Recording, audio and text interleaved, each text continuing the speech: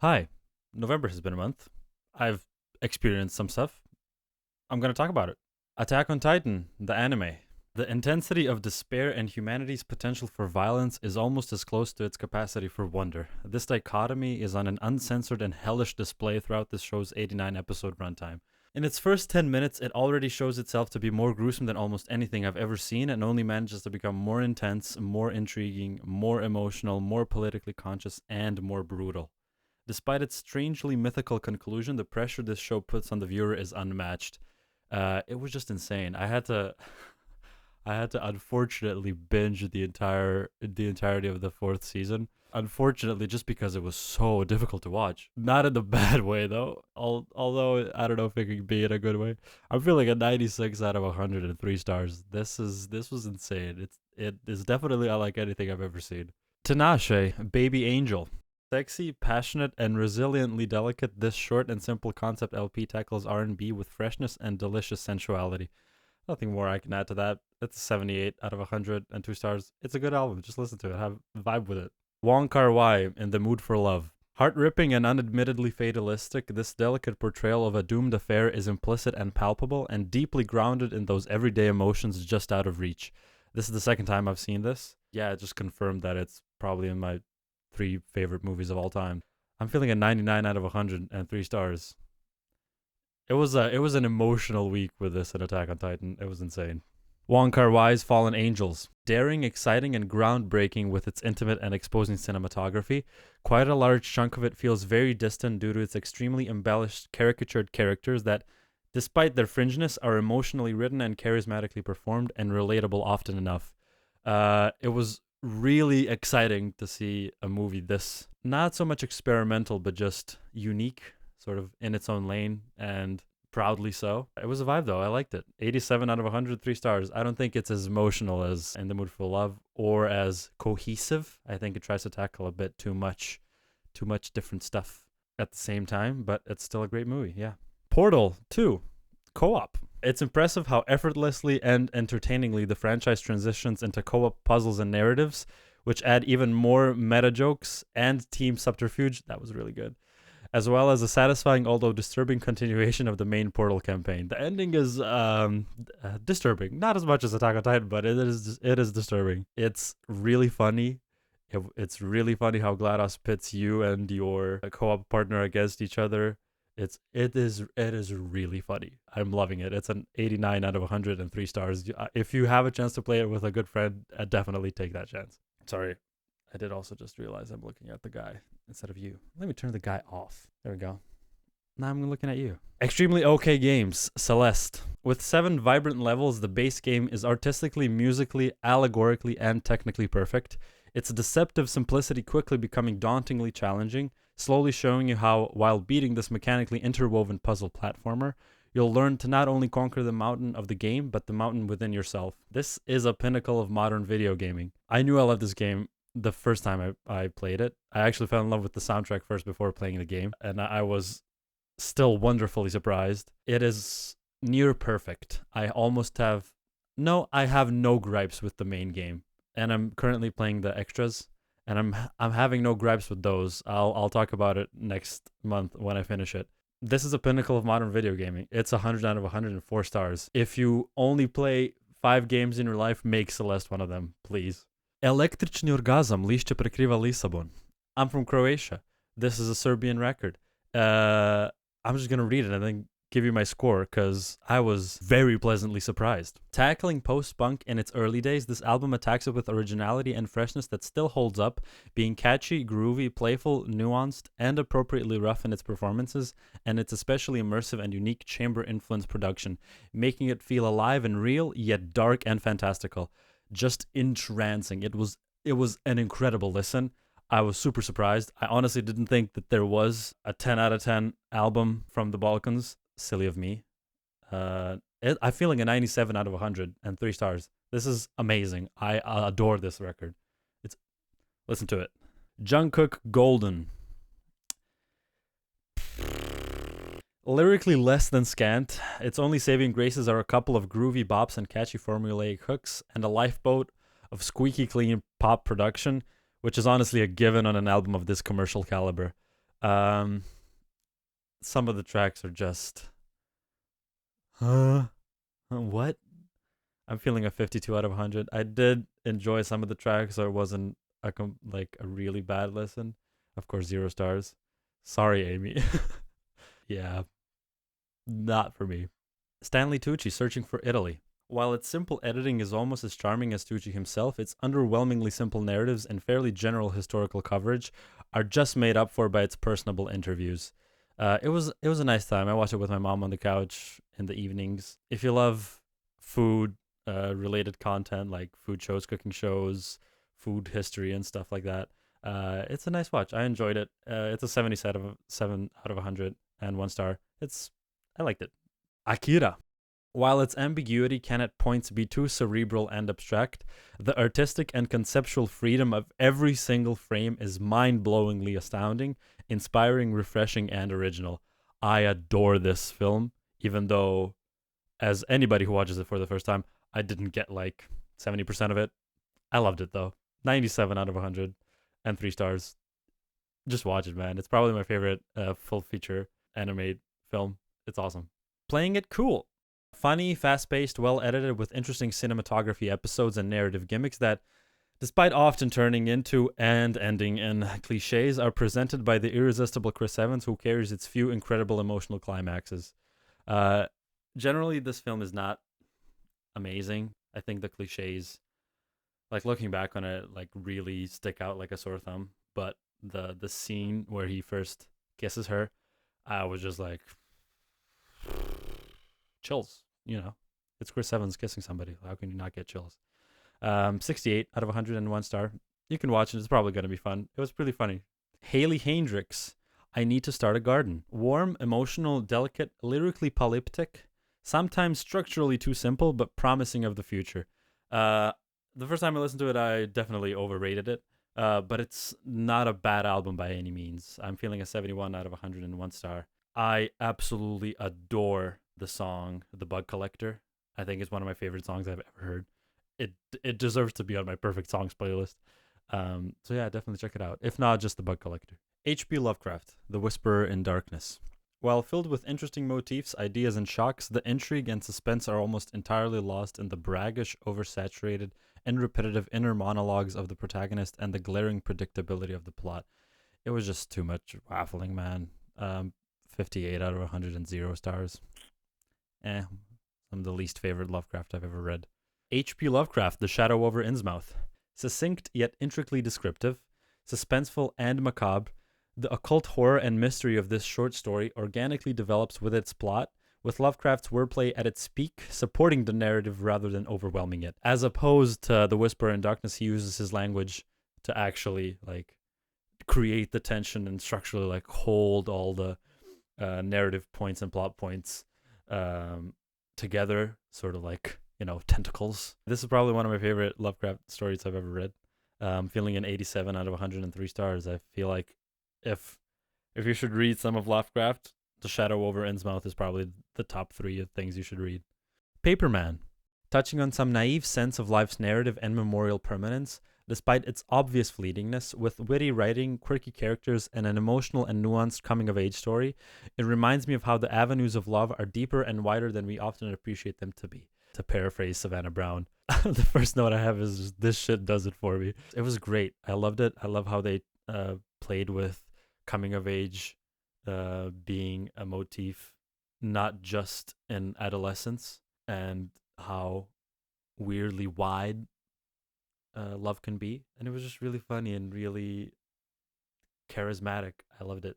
I'm feeling a 91 out of 103 stars. If you have an evening to spare with a loved one, just cuddle up on the couch and watch this film. It's awesome. Clara, a deceptive science fiction story. The characters and dialogue quite awkwardly tiptoe the line of pretentiousness and cliche phrases that seem unnuanced and childlike. However, the celestial crescendos of visuals and performances do make my little starstruck child sparkle a little bit. When they figured out what was causing, when he found the thing he was looking for, to avoid spoilers, I was just like, oh, ooh, that's cool. But all the stuff that they say to each other, I feel like I was saying that when I was 14, 15, just being like, oh my god, you know how the universe is actually interconnected, and like we can, like, all the light and the stars are just coming into our eyes just for us, and it was traveling for a millions of light years. It was just something about it was off, you know. But I'm feeling a 66 out of 100, so it wasn't a completely bad experience at all. And 1 star. H.P. Lovecraft, the Haunter of the Haunter? Is that its name? Yeah, it is its name. Okay. H.P. Lovecraft, The Haunter of the Dark. While syntaxically awkward at times, the specific and detailed descriptions of its small-scale setting and straightforward plot make arriving to this foretold finale of this story visually intense and tension-filled, and the perspective of a journal retelling make it that much easier to immerse yourself in the narrative. Again, top 3 Lovecraft stories I've read. I think it was just amazing. It really, like, it made me picture and very vividly see all of the story as it was happening and all the locations.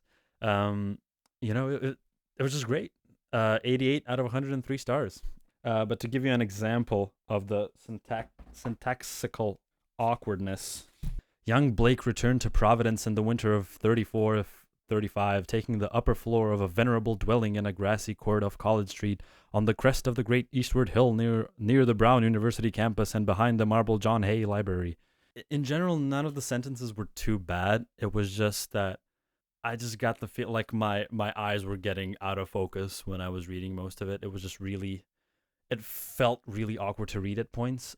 It was a cozy and fascinating place in a little garden oasis of village-like antiquity where huge friendly cats sunned themselves atop a convenient shed. As opposed to Shadow over Innsmouth, I think that one's a lot more. There's a passage there that just sounds beautiful. Let me actually find it. The sight of such endless avenues of fishy-eyed vacancy and death, and the thought of such linked infinities of black brooding compartments given over to cobwebs and memories and the conqueror worm, start up vestigial fears and aversions that not even the stoutest philosophy can disperse. Doesn't that just sound so, oh my, you know? That just sounds great. Danny Brown, Quaranta. This mature and intimate alternative rap album sounds wisely urban yet still very fresh. 84 out of 100 and 2 stars. There's not much else I can say. I think it's just a good album. There's nothing really groundbreaking here. It's just solid and intimate Danny Brown. André 3000, New Blue Sun. Moody, spacey, and tastily textured, but hardly groundbreaking and only occasionally enticing. An ambient album that's just better than just fine. It was exactly as that last sentence said. 68 out of 101 star. Five Nights at Freddy's. Five Nights at Freddy's. The audience couldn't have given less fucks, but the vibe was on par with everything non-gaming FNAF related. That is, packed with obscure and ambiguous references and ultimately quite lacking.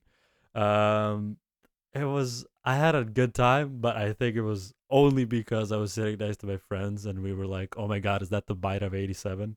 39 out of 100 stars. Like, check it out if FNAF was at all part of your life at any given point, because it's fucking insane that it went from an obscure indie game to a full feature film. Anyways. Taxi Driver. Technically outstanding and wildly immersive both visually and auditively, it is unbelievable how relevant and deeply true to life this film was and is, and how vividly and non-derogatorily it details the impact of silent misery and desperation on the low-life dreams and destinies of the unadjusted and uneducated everyman.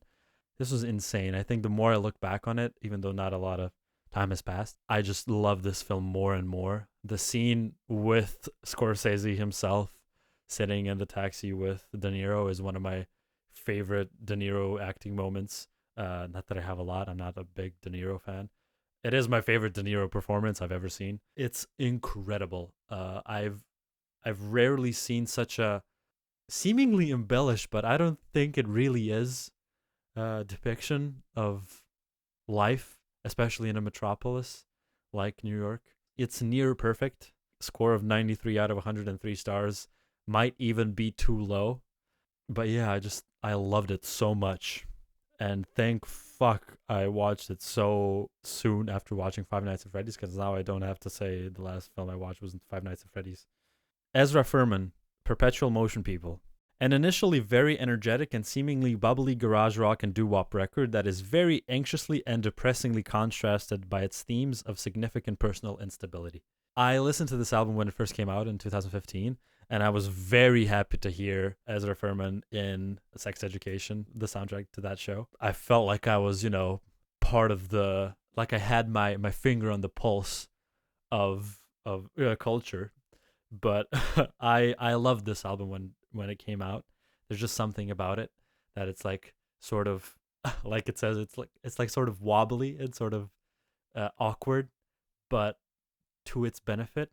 It's by no means a perfect album, but I really like it. I'm feeling a 73 out of 102 stars, which might seem low given how much I'm praising it, but I don't think like objectively it's an amazing album, but I like what it meant for me in my life.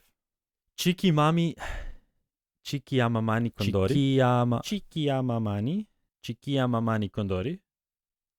DJE. A crazy sample Dahlia epic that is psychedelically cathartic and trance-inducing. First of all, the cover for this shit is insane. It's like an early 2005 futuristic internet robot like came to like 2007 being like, I bear the immense power of MS Paint or whatever. It's great, but the album is surprisingly enjoyable. I love psychedelic and like cacophonous albums, and this shit is cacophonous as fuck. I'm feeling an 86 out of 103 stars. I think this is one of my most unique listens of the year, definitely.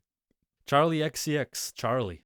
It's incredible how futuristic, boundary-pushing, pioneering, cohesive, and explosively catchy this wild pop album sounds, and without a single dud within earshot. I listened to this album some point earlier this year, and I knew I loved it, but as time went on, I sort of forgot about it. And then I just put it on randomly the other day, and it blew my mind how much stuff I missed. How every song has some, not just redeemable quality, but like musically expansive and expanding quality. I love this thing. 92 out of 103 stars. I feel like this is one of the most futuristic and like sharp pop albums I've ever heard. And it's sort of, because Charli is dabbles in hyperpop, it sort of has that hyperpop influence, but converted to a normal pop setting.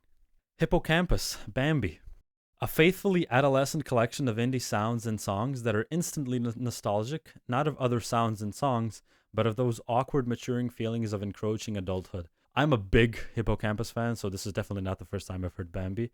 It's definitely not my fifth time. This is like near 20, 30th. I don't know how many times I've heard Bambi, but every time I hear it, I'm just like, it's for me. It might not be objectively the best, but I don't care. It's for me. It's my style of album. This is sort of the continuation of what they did on Landmark, which is definitely just an adolescent episodical sort of album of painting the picture of being adolescent, while Bambi is more nuanced with these themes and sounds of going into adulthood.